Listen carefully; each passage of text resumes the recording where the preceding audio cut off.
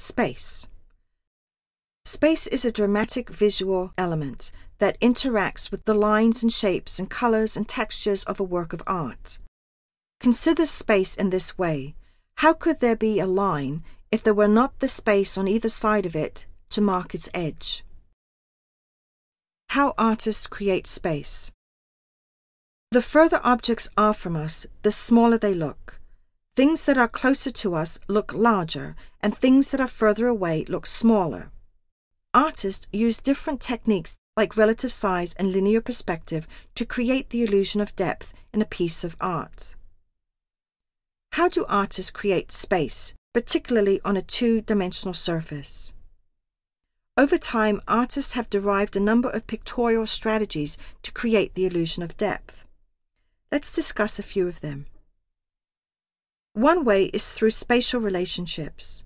Overlapping is probably the fundamental method of spatial projection on a two-dimensional surface.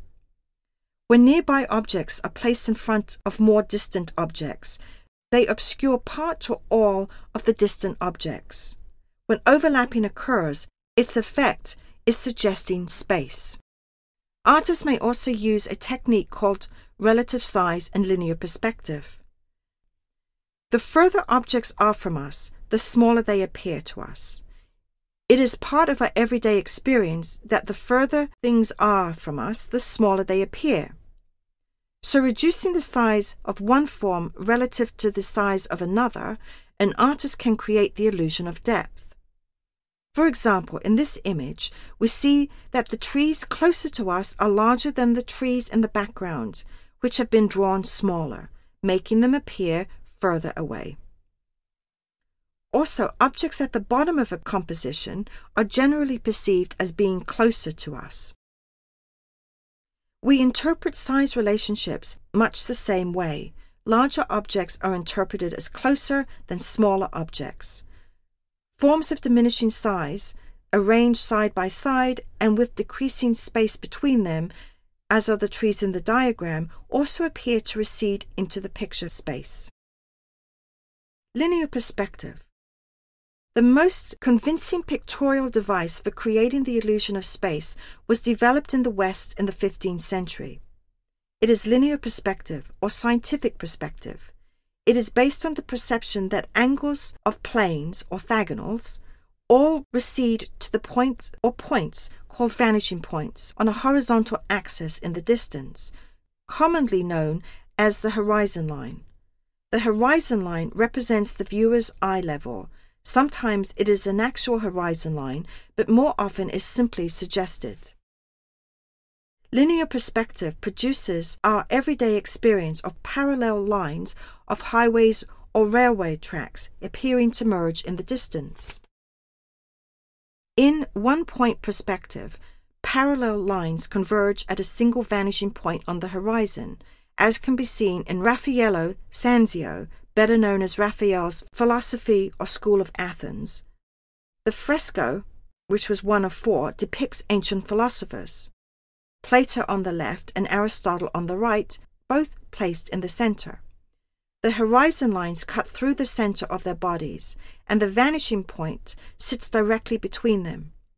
The thick black line is the horizon line, and the red lines radiating from the center are the orthogonal lines. In two-point perspective, two sets of parallel lines converge at separate vanishing points on the horizon, as we can see in Gustave Caillebo's Paris Street Rainy Day. We see the building in the background from the eye level of the figures in the foreground. The sight lines follow the receding sides of the building towards two distinct vanishing points. The painting, Andes of Ecuador by Frederick Edward Church, depicts a three-dimensional space not by means of converging lines but through atmospheric perspective, also known as aerial perspective. The illusion of depth is created by techniques such as texture gradations, brightness gradations, color saturation, and the manipulation of warm and cool colors. A gradation is a progressive change. Things at a distance also appear fuzzy and out of focus even to the sharpest eyes. Even on the clearest days, the intervening air blurs things in the distance. The contrast between light and dark becomes less pronounced on distant objects than on the objects in the foreground. In the foreground of Church's painting, there is more contrast between darks and lights, more chiaroscuro along with great botanical detail. In the background, lights and darks move closer to each other. The contrast between them diminishes, as does the detail. Typically, artists paint elements or objects in the background in hues that are less intense than those in the foreground and middle ground, and typically cooler colors are used in the background to further create the illusion of recession. Time and motion. A lot of art is static. It does not move. Yet time and motion can still be important elements. Time became a conscious element in the work of Impressionist painter Claude Monet, whose career began in the 19th century and continued into the first part of the 20th century. Monet's preoccupation with the effect of light led him to realize that each shift in light created a different subject. He began to paint in series, with each painting catching the subject at its specific moment of time, as defined by light. Here in his painting Haystack at Sunset, he seems to have absorbed the glow of the setting sun. Monet would paint the haystack again at dawn, at noon, in the snow and in the mist.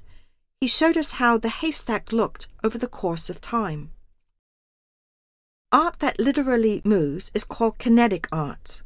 The term kinetic is derived from the Greek kinesis, meaning movement. Alexander Calder is considered one of the founders of kinetic art. His sculpture is a colossal mobile that hangs in the interior of the East Building of the National Gallery of Art in Washington, D.C. It is composed of wing-like shapes of different sizes cantilevered from metal rods, which enables them to rotate. But motion in the experience of art is not confined to the artworks themselves. As viewers, we can move, walking around and under Calder's untitled sculpture. Implied motion and time. Baroque sculptor Gianlorenzo Bernini's Apollo and Daphne is a wonderful example of implied motion and implied time. Apollo and Daphne is a story from ancient Greek mythology. Daphne, a wood nymph, was Apollo's first love, but she delighted in woodland sports and in the spoils of the chase, and so wasn't interested in Apollo. Apollo continually followed her, but the nymph continued her flight. Seeing that Apollo was bound to catch her, she called upon her father to help her. He did, but in the most unusual way. He turned her skin into bark, her hair into leaves, and her arms transformed into branches. She stopped running as her feet became rooted to the ground. She was turned into a laurel tree.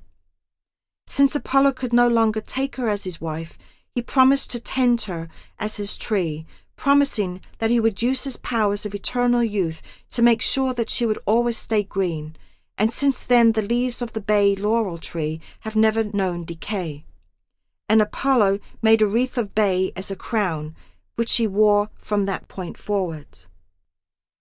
In Bernini's sculpture, we see Daphne just at the point of transformation. Her flesh is turning into bark, and her fingers into leaves, and her toes into roots. The passage of time is implied as she is caught in the midst of her transformation. There is a difference between implied motion and the illusion of motion. Illusion of motion implies the motion is occurring at the present moment. In the 1960s and 1970s, op artists created optical sensations of movement through the repetition and manipulation of color, shape, and line. Bridget Riley's Gala is composed of a series of curved lines that change in thickness and proximity to one another. These changes seem to suggest waves, but they also create a powerful illusion of rippling movement. Complementary red and green colors also contribute to the illusion of vibration. We have discussed the visual elements, the elements from which paintings are constructed, and are the elements that we perceive and respond to when we look at works of art. If the visual elements are the words, then the principles of design may be viewed as the grammar of art, because artists use the design principles to combine the visual elements into compositions.